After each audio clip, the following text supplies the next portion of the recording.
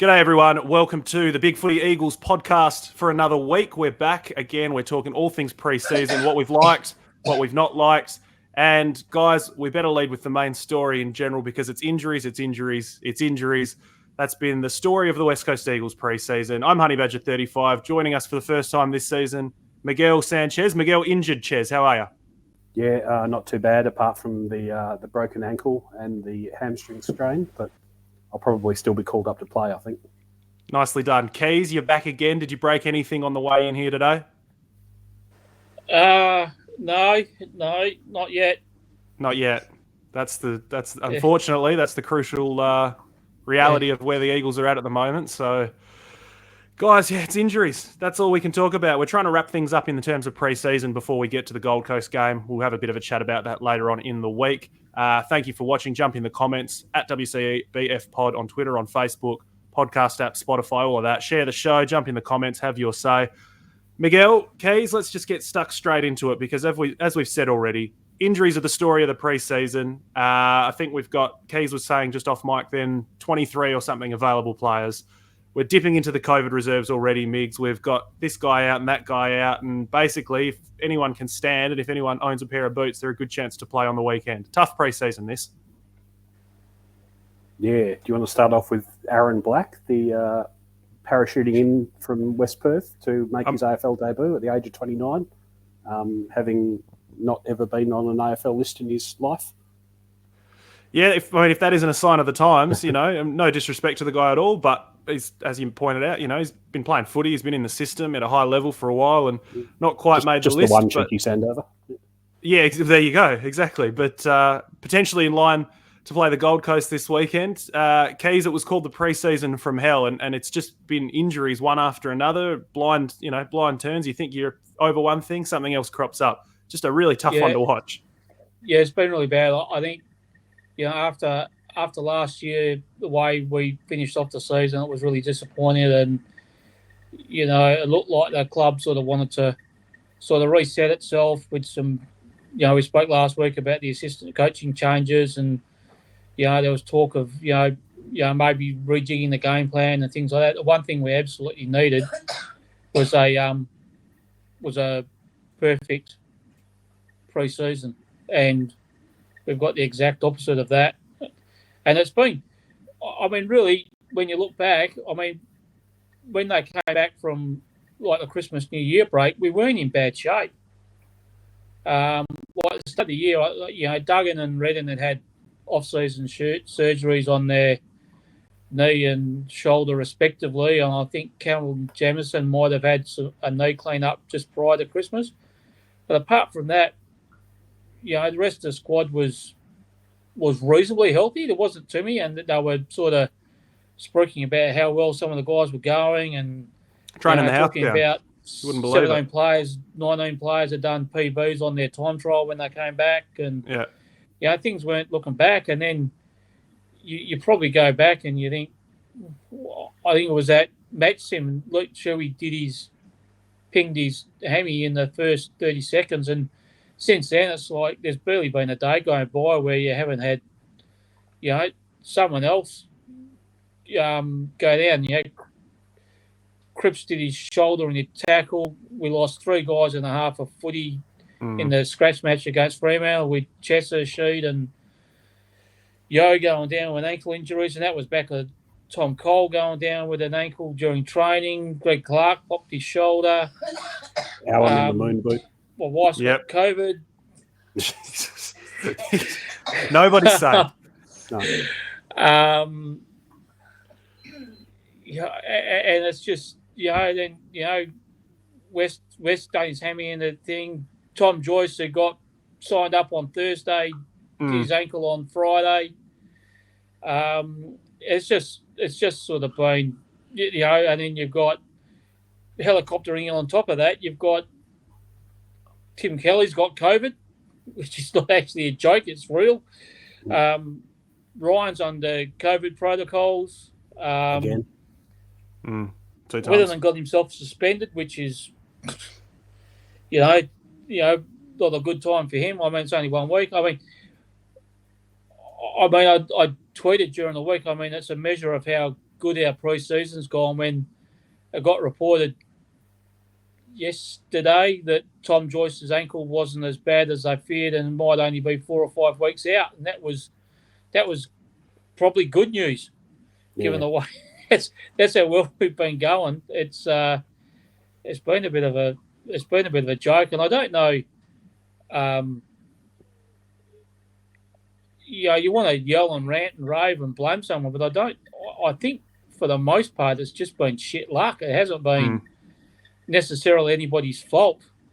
It's just, I think there's, you're probably soft tissue injuries are sort of usually the ones that you can point at the conditioning staff and go, well, did they do that? But Shuey, well, he's got a history of them now, so there's not much they can do about that. He's got strings that are about as reliable as fairy floss in a bucket of water. Yo sort of strained his calf, and West did his hammy. The rest, I mean, there's 4 or 5 ankle injuries. Oscar's Allen's in the moon boot with a stress fracture. Maybe that Oscar Allen one, is that the surface? They always talk about the hard surface. Yeah, that the surface, lane, whatever. Clark's, the Asterix sort of said last week, maybe Clark, we should have operated as his shoulder straight away rather. But, that's, and Cripps was just shit luck. I mean, you see the vision of that tackle, and that was just, that was just shitty luck. There's a couple of ones you sort of, like Zane True's just seems to be permanently injured at the moment, and he's on the injuries list today. He's like 5 to 6 weeks. And I don't know where he's going at with his career. And Luke Edwards has been another one that sort of struggled to get on the park. But you do, like all clubs will have a level of injuries, but I think last year, around the Carlton game, I think we were getting down to about 26, 27 players to pick from. But that's middle of the season. You sort of you get that. You don't expect to be starting round one, and you're on your top ups already. We're basically like this match committee. You talk about teams picking ourselves. This week is literally the definition of a team picking itself, because it's like 23 fit bodies. That's about all we've got. Yeah, so let's go through, I suppose, line by line, because there's way too many to go through individually. We're just running out of bodies at this point. But Mix, I'll throw the forwards up here. Unavailable for selection round one. You got Allen and Cripps and Darling, all injured. Again, we're not talking about the Darling situation. He's back. He's in the fold. And what do you know, Migs? 2 days later, he's injured. Yeah, Ryan with the asterisk there, because health and safety protocols, maybe he's available, maybe he's not. He's been through it a few times, though, so where's his conditioning at? Basically, you're looking at a forward group now that's Kennedy, it's Waterman, who has been unsighted through injury, but not actually on the injury list this week. Ryan, potentially. Willie, but he hasn't played footy for a few years. Langdon, who, a bit of a whipping boy. There's some guys there that maybe aren't your all-Australian calibre talent we're used to in the forward line. Yeah, they played Tommy Barras a bit forward in the partnership with Kennedy through the pre-season, which makes a little bit of sense, because probably the one area we've got so far, an abundance of players available, is the key backs, and probably can't play all three of Barras, McGovern and Harry Edwards in the back line. So, chuck one of them forward. Solves a couple of problems. Izzy Winders, the other one that's not in that list, but we're not really sure. Where's he been? Yeah. Otherwise, there's a bit of a... Jermaine Jones has looked good in the pre-season. Langdon will probably get a game just from the fact that he runs a lot, and we're missing Cripps. And Petrocelli and stuff, so we can sort of make do with the forwards. I think it'll be that Kennedy looked super rusty in that second pre-season game. Got to the ball. We'll talk about the games a bit later. I thought the service was awful. I thought Kennedy was still putting himself around a lot, applying pressure. Himself around. He just seemed to have hands made of concrete. I only watched the first half. Disclaimer. He'll obviously be getting a lot of attention in the absence of Darling and Allen. So yeah, maybe Tommy Barris can pop up and kick his first goal. It'll be his 100th game against Gold Coast, so that'll be nice. Yeah, is he leading that list? The most active, active players, most games with a goal. He's second, isn't he? Somebody. Have you got Swamp Thing waiting in the green room to come in and answer? No, I don't. I've got something in the back of my mind that there's a player from Port who I can't quite think of. Oh, Tom Cleary might be ahead of him. Yeah, I seem to remember that there's someone else that's ahead of him. But the point is, when you've got Tom Barras, no career goals, as one of your key options forward. Playing starters and half forward, it's going well. Going but very the forward line's not the main issue. When you get to your midfield graphic, there's a lot of guys saving the best for last. Yeah, okay. Sorry, spoiler alert, everyone. Nah, spoiler alert. Keys, I'll give you a crack at the backs here. We'll bring the backs up. We've got Bazzo with COVID. He's in the protocol again. Is he ready? Is he not ready? It's not really a consideration at the moment. Cole on the inactive list, ankle. Duggan's stuffed, Witherden's suspended. So the round one back line, it's not the worst group of outs in the scheme of things, but still not ideal for round one. No, it's not ideal. We're probably not too bad, but Cole and Duggan were probably two most consistent small defenders last year. And we're missing Shepherd, of course, from last season. So, that back line, you look at the back line and it kind of looks a bit ploddish. You've got McGovern, Edwards, Barras, Hearn. Then you've sort of Nelson, Rotham, and Hoff playing his first game. There's not. It's a bit of a worry. There's experience down there, but there's not a lot of dynamic, not a big dynamic down there. But Witherden looked good in that second preseason game, but did the customary thing of punching Andrew Brasher in the head. So, so you actually look at it, and you can sort of. I don't know why it's disconnected. It's all happening. Bloody pop-up ads. Pop-ups, you're killing me. But I think at least we've got some experience down back, and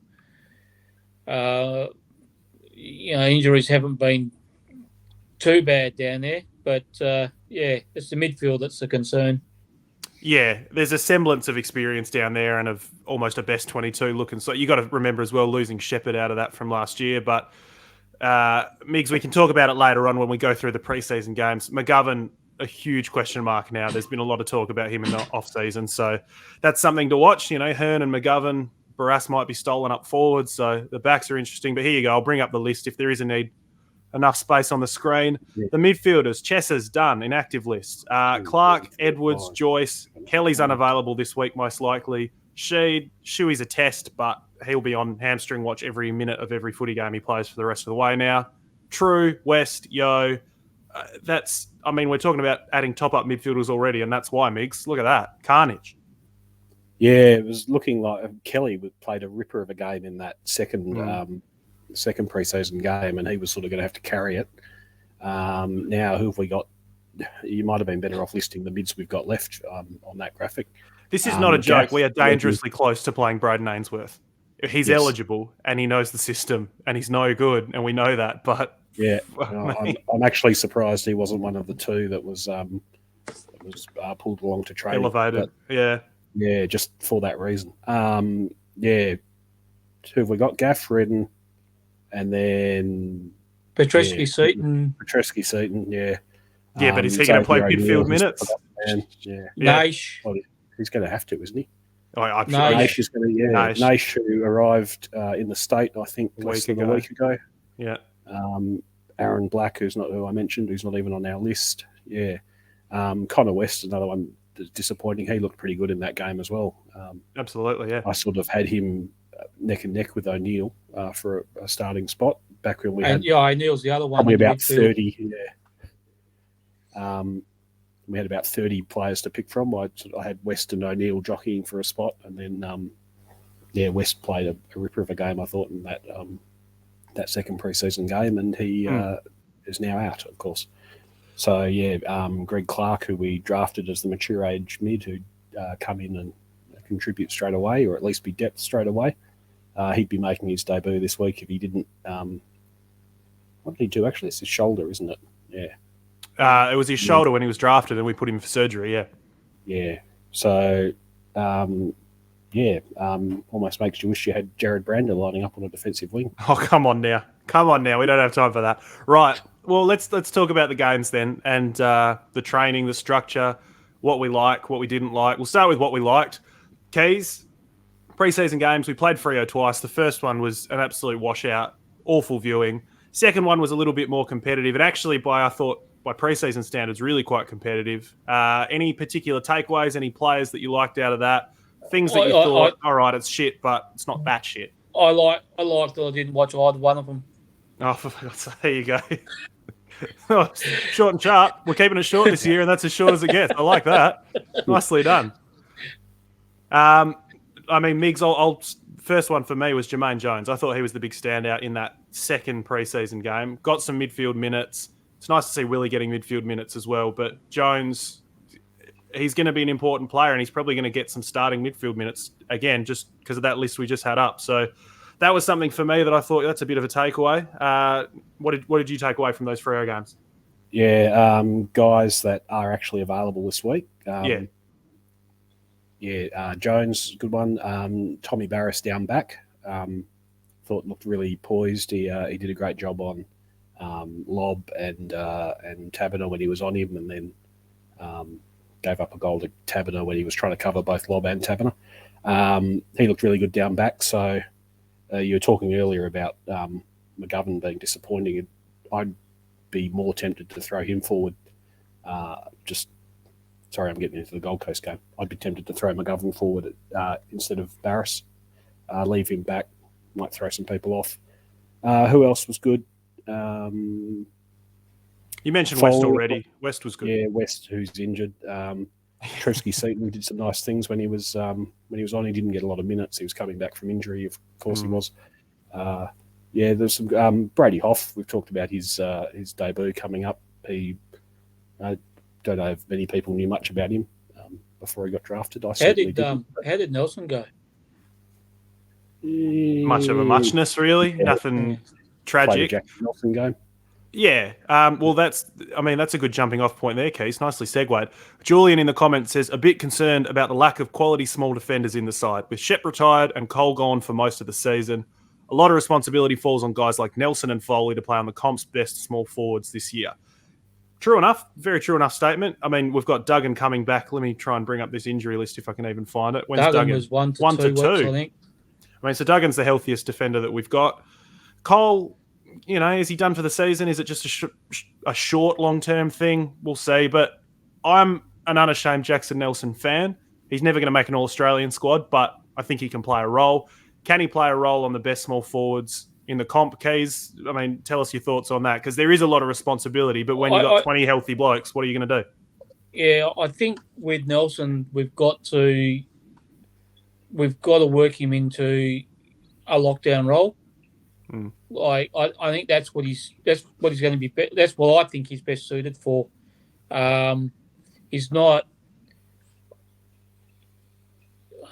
I think he's a fairly good kick. We hear sometimes he's a pretty good kick, but I don't think he's a very good decision maker. Yep. So I think the best, and he's one of the few players in the side that's got that little bit of mongrel in him. That he's quite happy to sort of niggle and push and proke and prod and get under people's skin, and I think that's. I think that's probably his best role, and just to say, look, you go and sit on this, pick the, their most dangerous small forward, and say, look, you just sit on him, just hassle him, harangue him, he's probably, when you look at the guys, say someone like Charlie Cameron, he's probably, he's probably a yard short of pace, which is a worry, but I don't know that we've got anyone else. So I think we just need to try and settle him as a lockdown small defender, particularly with Cole out for at least at a minimum the first half of the season. And we've got to just get Nelson sort of better down there. And the only other option for Nelson is as a tagger. And I think the way the game's going, I think we really need whatever midfielders we can muster. We need the guys to be attacking at some level. For 10 minutes, if there's some emergency, it was something we always talk about, that Nelson Bontempelli decision where they threw him. I think it was last year, threw him onto him. Yeah. But for a minute, 5 cooler? minutes here, 10 minutes there. The cooler, not the tagger. That's right. It was nicely done, Migs. But he's not big enough, not for a role. I mean, Papley and Cameron and these sorts of guys, Green, like, is anyone, how many people are really truly going with them on their day? So I think at the moment we might just have to sort of suck it and see with the small defenders. Migs, closing out some stuff that we liked from the preseason games. I think Witherden is due for a big season. Based on what Keys just said, in terms of we don't have a lot of dynamic ball movement coming out of the back, I think they're going to look to him at every opportunity. Might get curbed then a bit because maybe he put some defensive work into him, but we'll wait and see. Obviously suspended for week one. Anything else from yourself that really stood out in a positive way? The two guys that came in at the last minute, Joyce and Naish. I didn't actually see Naish's game because he came on, I think, in the last quarter and I'd switched off by then. But reports about him were really good, and obviously he's impressed the club because he's been signed up and he's almost certainly going to make his debut for us on Sunday. Joyce, unfortunately, injured as well, but I thought he looked really good. He looked he took a little bit of time to come up to the speed of the game, I think, but then he tried to do a little bit too much too early, but then he picked it up and he was good at good decision maker inside, moved the ball really well, was really clean. So if we can get him back, he'll be a good acquisition. Do we play Gaff on the wing, or do we fall into the trap of rotating him through the centre as still? A small amount of rotation, but it was a lot more outside for me. I can find the centre bounce numbers. Actually, I tweeted them out a little while ago, so give me a moment to find those. Just on Nash, Migs, I thought it was pretty telling that he and some of the kids were the ones that were hitting that 45-degree kick into the centre circle, off half back and going, yeah, stuff it, let's just have a crack here. They didn't always come off, not for him specifically, but for everybody. We're going to need to get creative with the ball movement this year, touching again on not really much dynamic ball movement from half back. So I did like that he was happy to have a crack at that sort of stuff. Keys, I'll get an answer for you on the ball up. 7 centre ball ups, 7 centre bounce attendances for Gaff. So the only people fewer than that. A quarter of them, maybe a third.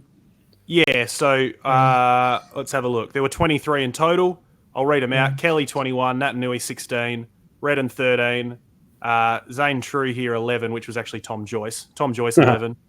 Rioli, 7. West, 7. Jermaine Jones, 7. Gaff, 7. So in that rotation, but not, truly at the coalface for the most stretch. Petrovsky-Seaton, 0. Yeah, Petrovsky-Seaton wasn't getting a run on the ball. That's concerning me, but we'll wait and see. Yeah, probably had a few more. Where was I with West? Connor West, 7. Yeah. Okay. Petch. I just saw Petch's name on that list.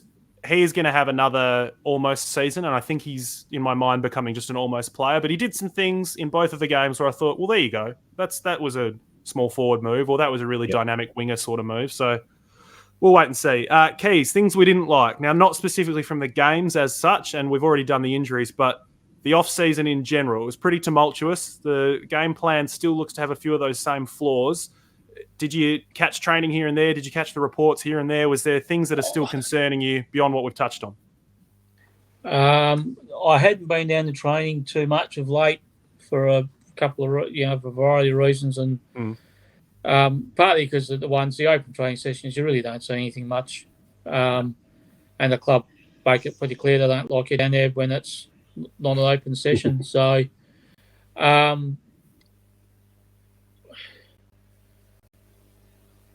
from what I didn't like,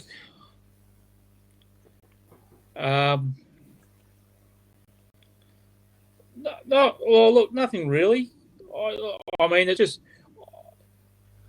I think there's a lot of noise, but we're backing ourselves in. We're doing this, and there's a lot of the same sort of rhetoric that we heard during the course of last season.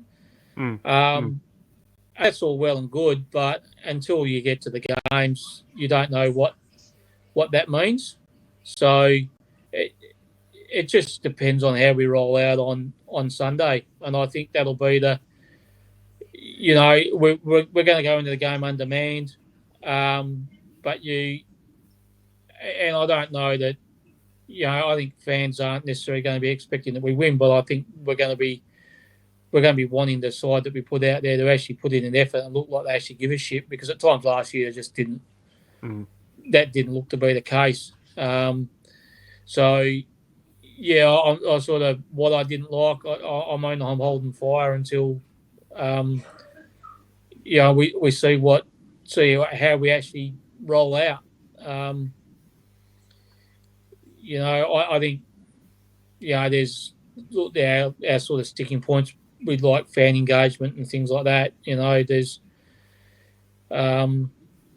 it's never very good. Little simple things like match sims not being not broadcast. There's stuff like that. There are ongoing issues, but the club's making squillions of dollars, so they don't really care. Pretty much. Migs, I touched on it there. The biggest concern for me in terms of the games, I'm not going to get into the media coverage and the preseason from hell bullshit and all of that.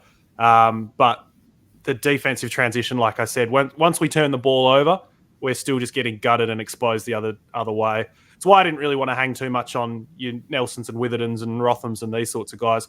Gov, I thought, was the only one that really lowered his colours, but the rest of the backs are doing what they can with, again, same issue as last year. Repeat, easy ball movement, easy kicks in. So that's a big concern. And I didn't see much. You can hopefully, fingers crossed, and say, well, maybe they're keeping their powder dry, but I didn't see much that looked too different. I wasn't saying, hey, that's what Jared Schofield's come in and done, or hey, Simo's, taking the edge off here and listen to Matty Knights or whoever, changed it up a bit. It looks pretty similar to me in the preseason. So that's the big one for me.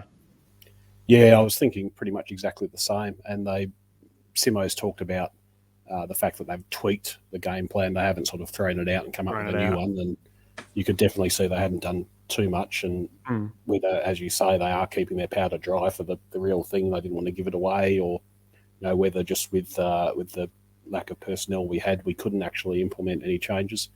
Or whether the team I think there's probably sort of. Sorry, Keys. Yeah, Avishka's going to crack the shits because I spoke over the top of you. Picking on me. I think there's a couple of things with game plan.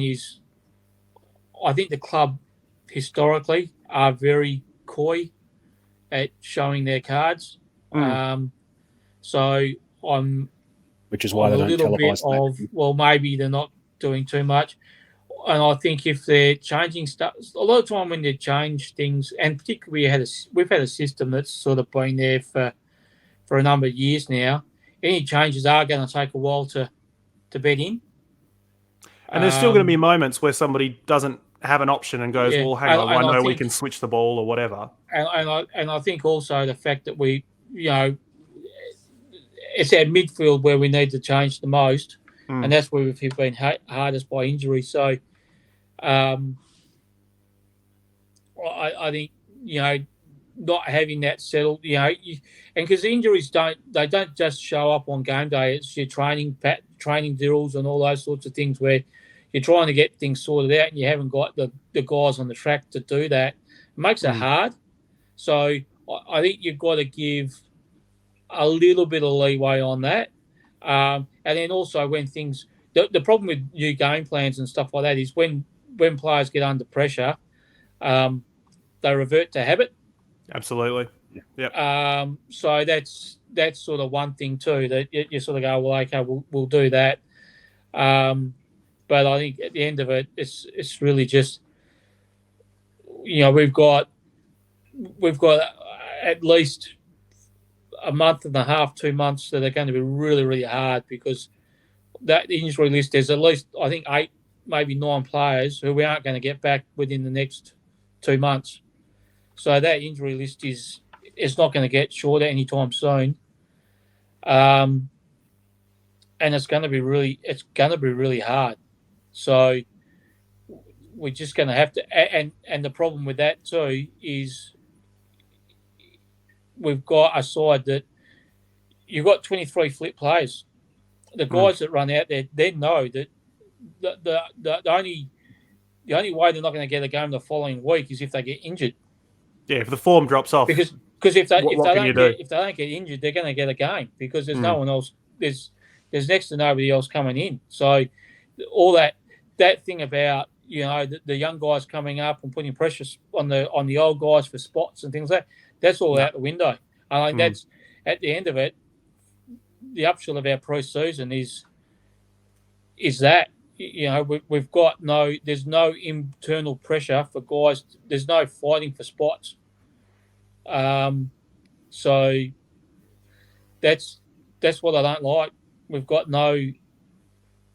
so few flip players. We've got no pressure for spots, and the dangerous guys are then just going to go. Well, I'm just going to play maybe not to get hurt.